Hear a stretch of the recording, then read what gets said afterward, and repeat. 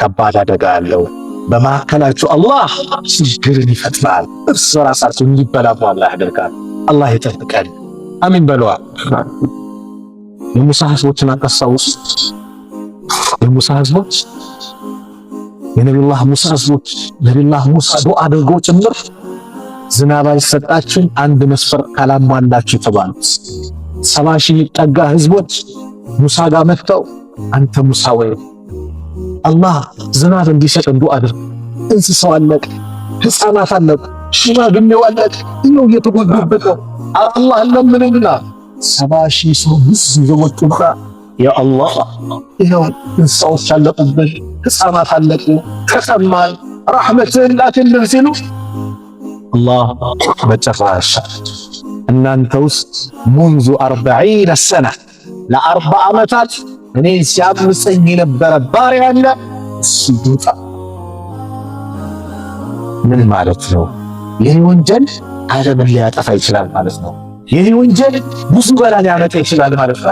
40 ዓመት ሲያምፀኝ የነበረ አለ እሱ ካልወጣ ጠብታ ዝናብ የለም እና ብዙ ዘንድና ተጣራ ያ ረቢ ኢኒ ሰውቲ ደዒፍ ድምፄ ደካማ ነው እንዴት እየልጣራ አንተ ተጣራ ማድረስ የኛ ኃላፊነት ነው።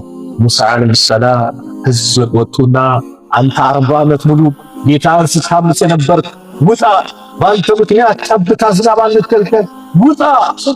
70 ሺህ ጆሮ ላይ አላህ የሙሳን ንግግር ከተተ እንዲዳረስ አደረገ።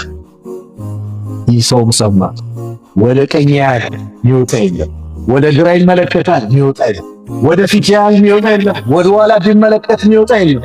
ጉዳዩ የሚመለከተው እሱና እሱን ብቻ። ከወጣ በበኒ እስራኤል ሊዋረዳው፣ ካልወጣ ዝናብ ሊከለከል ነው። ምን ያደርግ? የለበሰውን ኩታውን ጭንቅላቱ ላይ ጣል አረገና ያ አላህ 40 ዓመት ሳንጽ ደብቀ ሸሽገ አስቀመጥከኝ። አሁን ወደ አንተ ስመለስ ታጋርጠኝ። ፈግፊር ሊ ያ ከሪም አንተ ቸሬውን ጌታ ወይ ምህረት ለግሰኝ ሲል አላህ ዝናቡን ለቀቀ።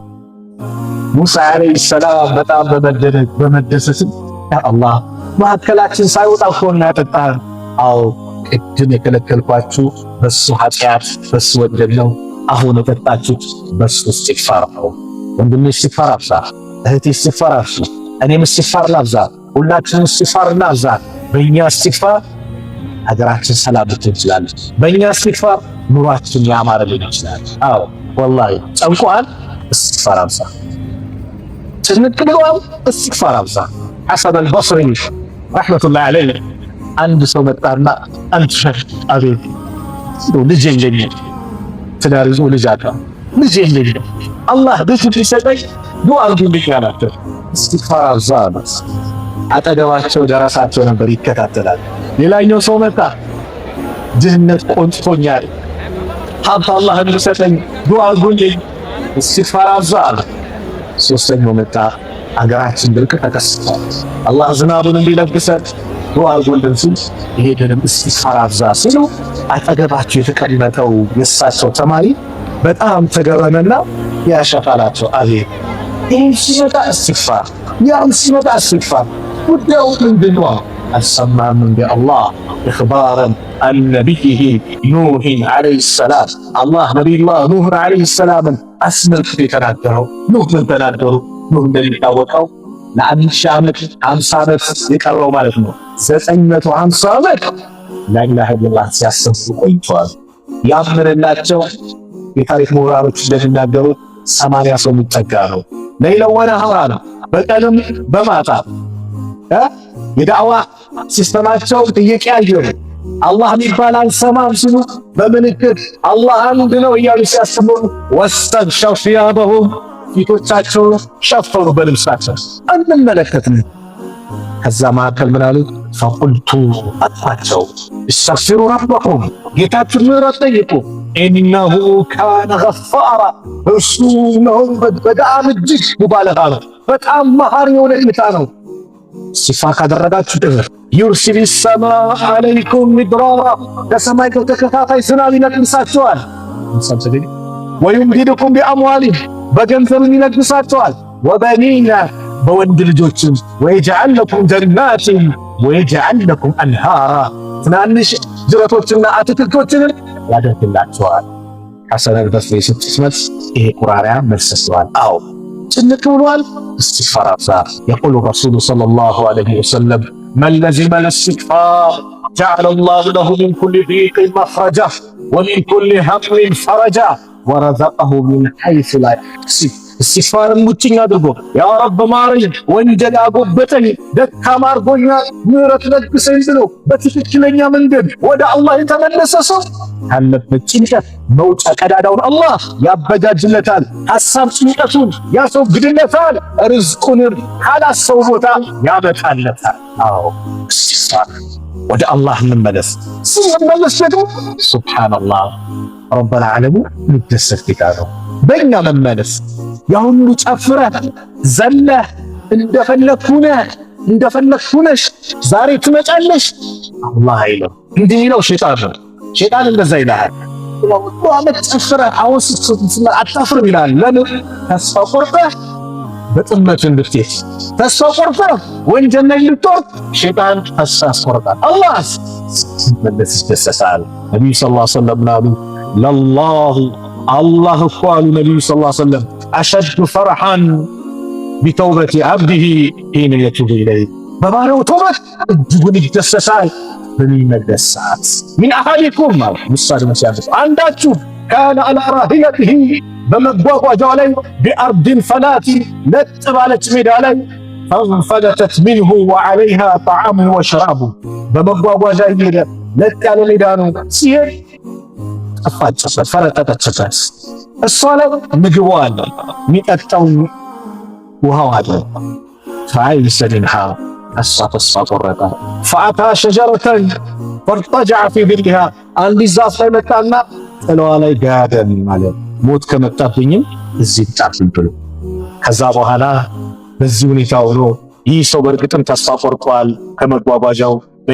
ፈበይነማ ሁወ ከዛሊክ ኢዝ ሁወ ቢሃ ቃኢመተን ዐንደሁ ከናስ ግመሊቱ ፊት ለፊት ቆማለች። ፈአኸዘ ቢኺጣሚሃ ልጓማን ያዝ አደረገና ثم قال من شدة الفرح በጣም ከመደሰት የተነሳ እንደዚህ አለ اللهم أنت عبدي وأنا ربك አላህ ወይ አንተ የኔ ባሪያ ነህ እኔ ጌታህ ነኝ። ቃሉ ኩፍር ነው። ኩፍር እኮ ነው። ነብዩ አከፈሩት አላከፈሩትም። ይኸው አኽጣ ሚን ሽደት الفرح በጣም ከመደሰት የተነሳ ተሳሳተ። ኩፍር ሰጥቶት ተጠንቀቅ። ወንድምህን ለማክፈር ምጥር፣ እህትሽን ለማክፈር ምጥር፣ ሙስሊምን ለማክፈር ምጥሩ። ጥንቃቄ። አንድ ሙስሊምን ካፊር ብለህ ኩፍሩ ከሌለበት ወደ አንተ ነው የሚመለስ። ጥንቃቄ ይፈልጋል። ምንድን ነው ያመጡት የአላህ መልእክተኛ ሰለላሁ ምሳሌ? ይህ ሰው አላህ ከተደሰተ የበለጠ አላህ ይደሰታል። በምን? በባሪያው ተውበት። ያ ረቢ ማረኝ ብለህ ስትመለስ ሰላት አቁመ ነበር፣ ወደ ሰላት መጣሃል። የሆነ ነገር ታጭበረብር ነበር፣ ይቅርብኝ ብለህ መጣሃል። እህቴ ሂጃብሽን አውልቀሽ ነበር፣ ይቅርብኝ አላህን ማስደሰት ብለሽ ሂጃብሽን ለብሰሻል። አላህ ይደሰትብሻል፣ አላህ ይደሰትብሃል። ኢስቲግፋር ስናደርግ ይህ ሁሉ ሽልማት አዳ ኢስቲግፋር ትክክል የሚሆነው ተውባ መቼ ነው? እንዴት ነው ከተባለ መስፈርቶች አሉ አሉ ዑለማዎች። አተውበቱ ዋጅበቱ ሚን ኩሊ ዘንብ አሉ ዑለማዎች። ተውባ ከሁሉ ወንጀል መመለስ ግዴታ ነው። ፈኢን ካነት አልማዕሲየቱ በይነ አልዓብድ ወበይነ አላህ ወንጀሉ በሱና በአላህ መካከል ከሆነ ላ ተተዓለቁ ቢሐቅ ዐደሊይ ከሰው ልጆች ጋር ማይገናኝ ከሆነ ፈለሃ ሰላሰቱ ሹሩጥ በትንሹ 3 መስፈርት አለው። አሐዱሃ የመጀመሪያው አዩቅሊዐ ዐኒል ማዕሲያ ከወንጀል ፍልቅቅ ብለህ መውጣት። የድመት ተውበት መሆን የለበትም። ዛሬ አስተግፊሩላህ ሳይሆን ፍልቅቅ ወይ ግማሹን ትተህ ግማሹን በቃ ፍልቅቅ መውጣት። አሁን ረመዳን አልሐምዱሊላህ መስጊዶቻችን ያምራሉ። ለምንድን ነው የሚያምሩት? ሰጋጆች ስለበዙበት እኮ ነው። የመስጊዱ ውበት ይሄ ቀለሙ ምን አይደለም፣ ተገቢ ነው። ንጽህናውን ማሳመር ከቤታችን በላይ ለመስጊድ ክብር መስጠት ተገቢ ነው። ከዛ በላይ የመስጊዱ ውበት ምንድን ነው? ሰጋጆች ናቸው። ሰጋሽ የሌለበት መስጊድ አያምርም። ኢነማ ያዕሙሩ መሳጅድ አላህ መን አመነ ቢላህ ወልየውሚል አኺር ወአቃመ ሰላት። በአላህ ያመኑ በመጨረሻ ቀን ያመኑ ሰላታቸውን የሚሰግዱ ናቸው። ስለዚህ አንተ የመስጊድ ውበት ነህ ማለት ነው ወንድም። መስጊድ ያለ አንተ አያምርም፣ አንተም ያለ መስጊድ አታምርም። ያንተ ውበት መገለጫ መስጊድ ነው፣ አንተ ደግሞ የመስጊድ ውበት ነህ። ስለዚህ መስጊድ መጣና በህካል አልወጣ ጌታዬ እዚሁ አስቀራኝ ትክክለኛ ተውባ እንጂ በቀጠሮ ቆይ ጀለሶቼ እመጣለሁ እሺ ከወር በኋላ እንገናኝ አትበል። በመሀል ሞት ቢመጣስ? ሞት የለም እንጂ ይዞም ቢሄድስ? በዚህ ቀጠሮ ይዞም ቢሄድስ? ይሄን እንዳትል ተውባ አድርገህ መምጣት